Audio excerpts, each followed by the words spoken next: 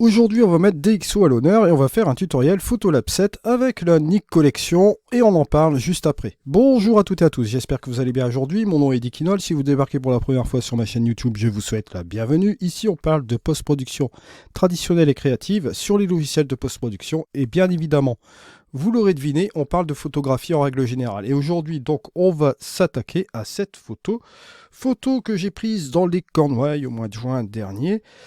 Vous allez voir que là, ici, bon, pour vous rendre un peu compte de la grandeur ici de la scène, pour avoir une idée de proportion, bon, ça a été pris au grand angle en 24 mm, ce n'est pas un ultra grand angle. En 24 mm, vous avez une proportion qui est relativement raisonnable, vous allez voir ici. Vous avez un personnage que j'ai pris en photo involontairement de ma part, c'est quelqu'un qui prend une photo avec un GSM. Vous voyez que ici, par rapport à ce personnage, la grandeur ici, pour vous situer un peu l'environnement dans lequel on est, ici un peu dans les Cornouailles avec cette cote.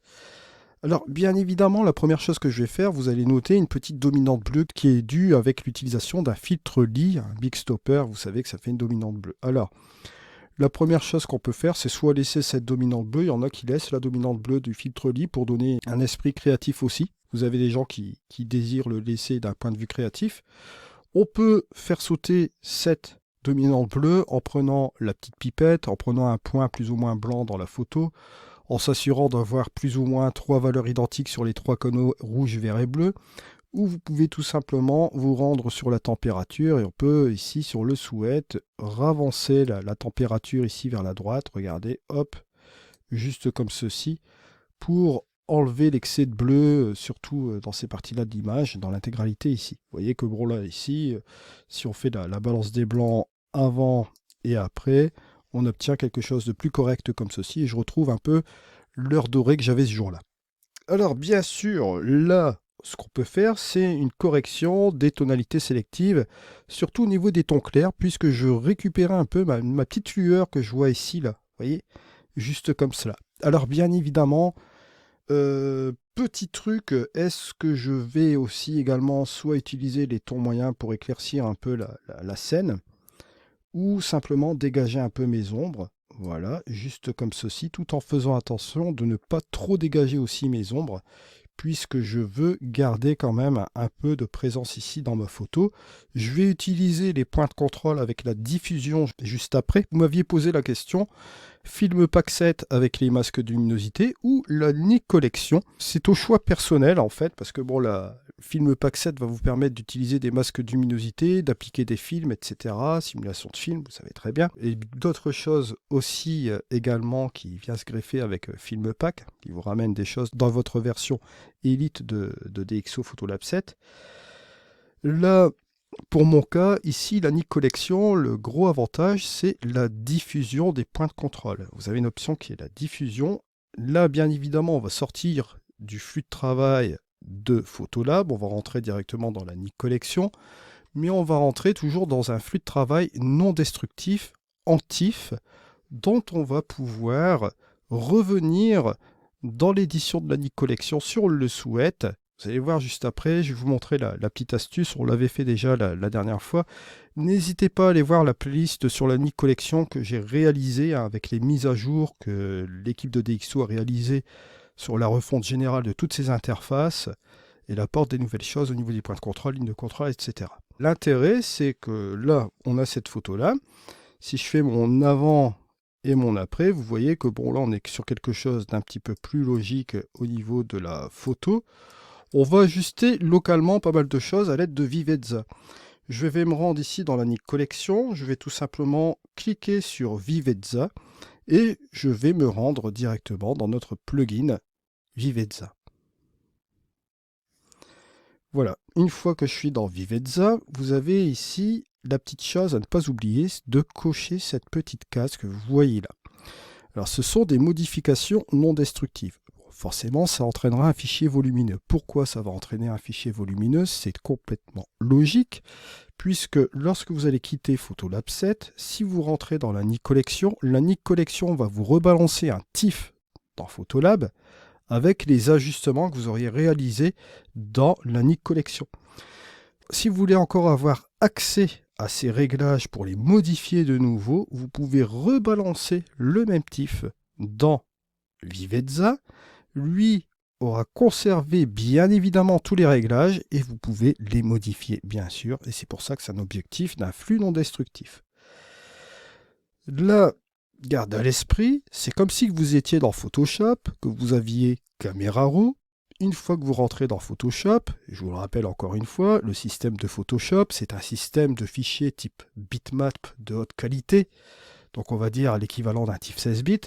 C'est ce qu'on a là ici, bien sûr. Donc vous quittez le flux RAW. Donc gardez bien à l'esprit cette chose-là. Vous pouvez toujours utiliser les filtres dynamiques, bien évidemment, dans Photoshop, pour revenir aussi un peu dans Camera Raw. Mais pour faire ce tour de passe-passe-là, vous devez passer par un fichier TIFF ici, dans Photolab 7 avec la Nik Collection. Alors là, bien sûr, je vais tout simplement me rendre dans les points de contrôle. Vous avez les points de contrôle ou les lignes de contrôle. Moi, ce que je vais utiliser, c'est les points de contrôle. Je vais tout simplement cliquer ici, sur cette partie-là.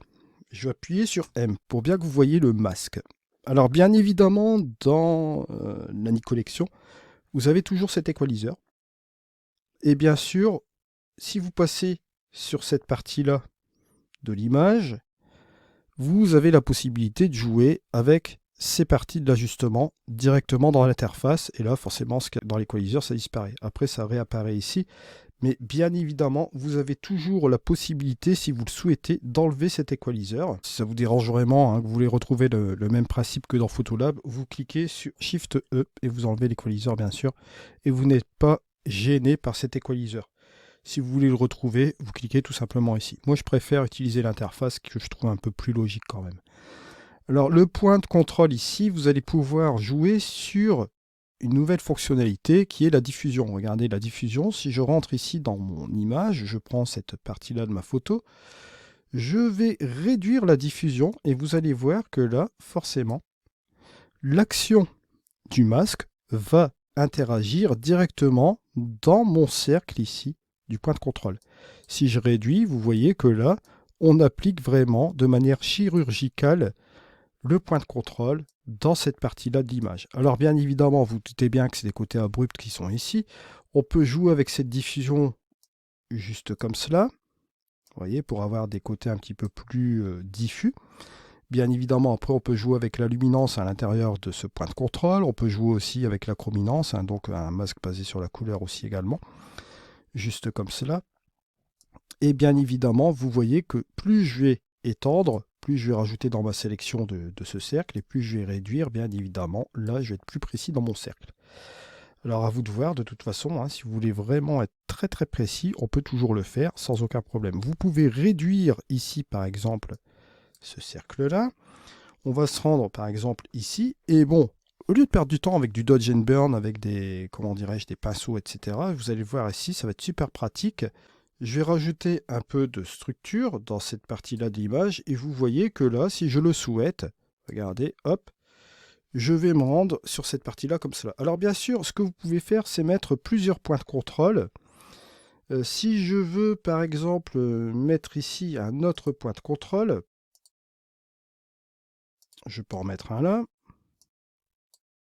Je peux en mettre un ici. Et bien évidemment, vous avez le premier point de contrôle qui est indépendant de celui-ci et qui est indépendant de celui-là. Maintenant, ce que je peux faire, c'est prendre les trois points de contrôle ici en même temps, en faisant cette sélection-là. Et vous voyez que j'ai les trois points de contrôle ici, d'accord? Ce que je peux faire, c'est là, tout simplement, les grouper. Juste comme ceci. Et là, lorsque je groupe forcément ces points de contrôle, vous vous doutez bien, si j'applique de la structure, ça va s'appliquer sur les trois points de contrôle en même temps, comme vous le voyez ici. D'accord? Bon, là, j'ai été un peu trop violent au niveau de ces points de contrôle. Je vais rajouter un peu plus de luminosité juste comme ceci, pourquoi pas, pour que vous voyez un peu bien l'exemple, bien sûr. Après, vous pouvez réajuster aussi, si vous le souhaitez, votre luminance et votre chrominance en temps réel, comme vous le voyez là, d'accord? Même revoir avec la diffusion, si vous voulez vraiment avoir plus de précision au niveau de vos points de contrôle, soit vous allez être très très sélectif, comme vous le voyez là, soit vous allez être un petit peu plus diffus. Si vous faites l'apparition de votre masque, vous voyez que là, ici, au niveau des points de diffusion, là, c'est peut-être un peu trop, ça va faire des bords trop abrupts. Mais si j'avance comme ceci, vous voyez que là, au niveau de la sélection, ça va s'appliquer mais ça va s'estomper un peu sur le reste de l'image, juste comme ceci. Ça peut être une idée, ça vous de jouer avec les points de diffusion, hein, comme vous voyez là, bon, c'est très marqué ici. Après, vous pouvez les étendre. Vous voyez que là, bon, à 80%, c'est quand même pas mal, comme ceci. Si vous faites la différence, regardez là, entre le avant et le après, vous voyez que c'est pas trop mal. On a récupéré quand même un petit peu de détails comme ceci sur cette partie-là de l'image grâce à ces points de contrôle comme vous voyez là. Alors bien évidemment, ce que vous pouvez faire encore une fois, c'est encore appliquer un autre point de contrôle, juste comme ceci. Là, on va pouvoir appliquer un réglage aussi différent sur ce point de contrôle. On va toujours pouvoir appliquer du contraste, pourquoi pas cette fois-ci, juste comme ceci, comme vous le voyez là. Et appliquer aussi, si on le souhaite, un peu plus de saturation, vous voyez, pour amener un peu plus de visuel ici sur la photo, sur cette partie ici. On peut agrandir ce cercle-là, comme vous le voyez là. Ce qu'on peut faire, c'est appuyer toujours sur la petite touche M, et là, on va pouvoir régler aussi, bien évidemment, cette diffusion. Voilà, là, vous en doutez bien, on est sur une partie qui est un peu trop élevée. Bon, là, ce qu'on va faire, c'est revenir un peu en arrière.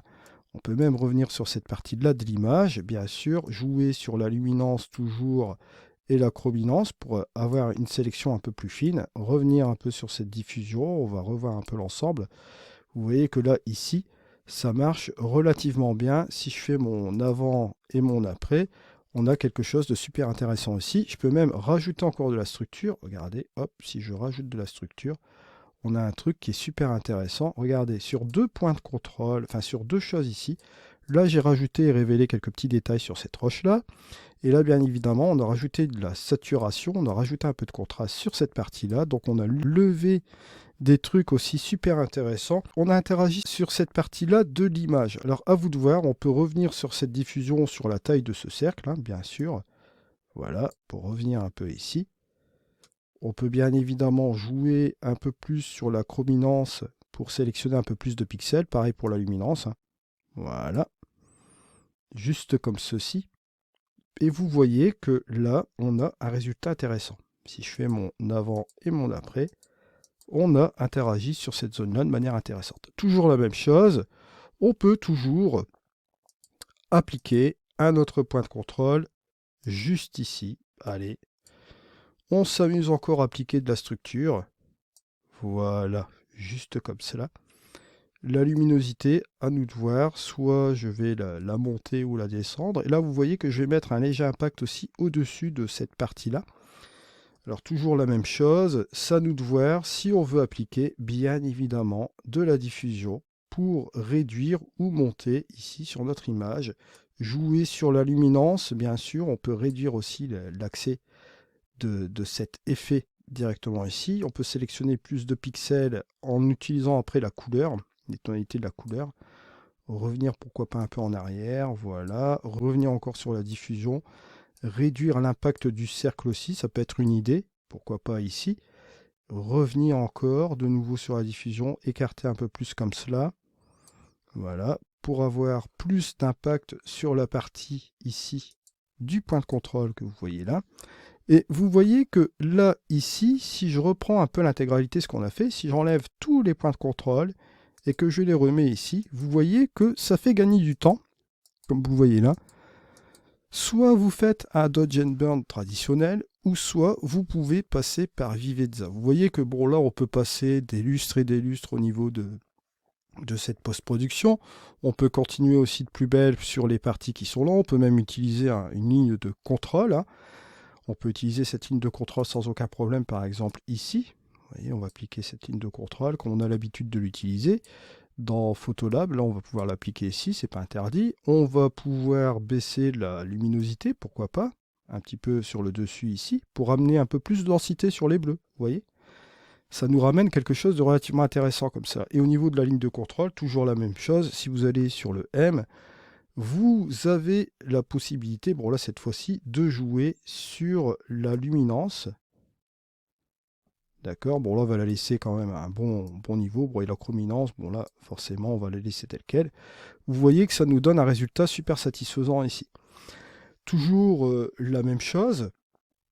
Si vous voulez encore appliquer une autre ligne de contrôle, on va l'appliquer encore ici, regardez. Pourquoi pas en appliquer une sur le côté.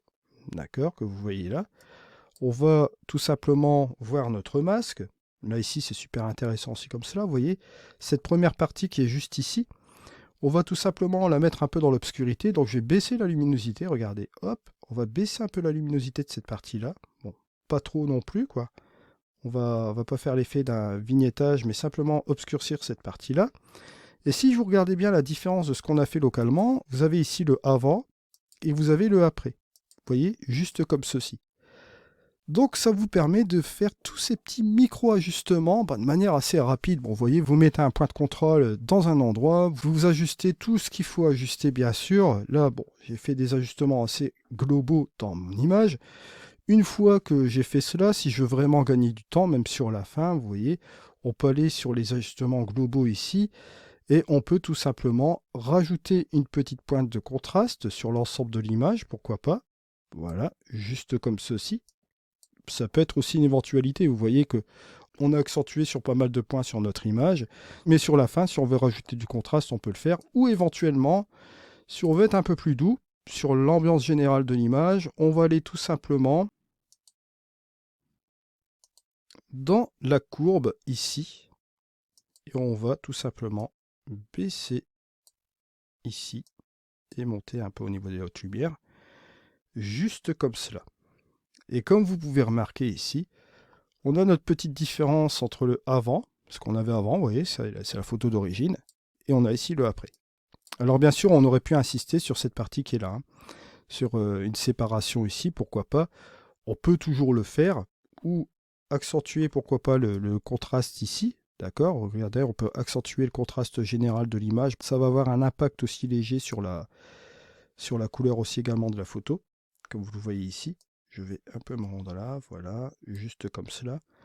Et vous voyez qu'on a cette photo-là. Si je fais ma différence avant et après, on a quelque chose d'assez sympa. Vous voyez que là, c'était relativement un peu trop noir, là, ici, au niveau de cette roche-là. Et vous voyez que là, on a réussi à lifter, à remettre un peu en équilibre ces petites choses-là aussi également. Après qu'on a fini cette petite édition-là, on peut bien évidemment revenir dans Photolab sans aucun problème, bien sûr. Donc vous voyez la différence ici entre le avant et le après. Une petite différence légère, hein, comme vous voyez là. Mais ça ramène un peu de présence ici dans notre photo. Pas besoin d'y aller comme un furieux aussi au niveau de l'édition. C'est pas nécessaire non plus. Une fois qu'on a terminé cela, je vous rappelle, vous cliquez sur appliquer et on se rend donc après dans Photolab. Voilà ce qui se passe. Ici, vous avez l'image de la Nik Collection avec la netteté, etc. Puisque là, bon voilà, on a quitté le fluoro, c'est un fichier TIFF, comme vous l'avez vu.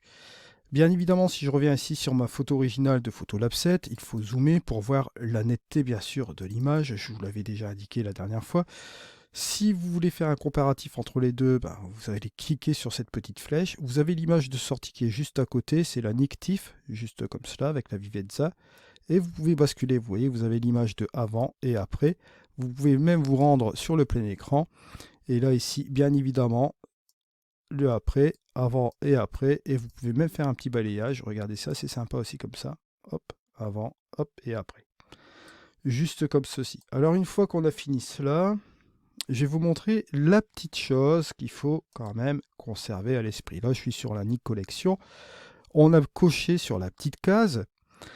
Si vous allez sur la Nik Collection ici, vous allez aller sur les paramètres d'export. Recommencer ici, voilà. Je vais aller sur les paramètres d'export. Bon, je vais aller sur les paramètres d'export. Là, il est parti sur mon autre écran. Voilà, juste comme ceci. N'oubliez pas que lorsque vous allez faire des actions avec la Nik Collection, restez toujours en exporter en TIFF. D'accord? Pour que vous puissiez exporter votre fichier en TIFF. D'accord? Pour la première édition. Gardez une qualité 16 bits. Vous avez bien évidemment les réglages avancés au niveau résolution, etc. Bon. Maintenant, si vous voulez revenir dans Vivezza, vous allez exporter sans traitement des fichiers sélectionnés. C'est reparti encore sur l'écran, c'est pas grave, sur notre écran. Donc l'action, ce sera exporter sans traitement les fichiers sélectionnés. Je clique sur OK. Et à partir de ce moment-là, je prends ma photo donc de la Nik Collection en TIFF et je me rends à nouveau dans Vivezza.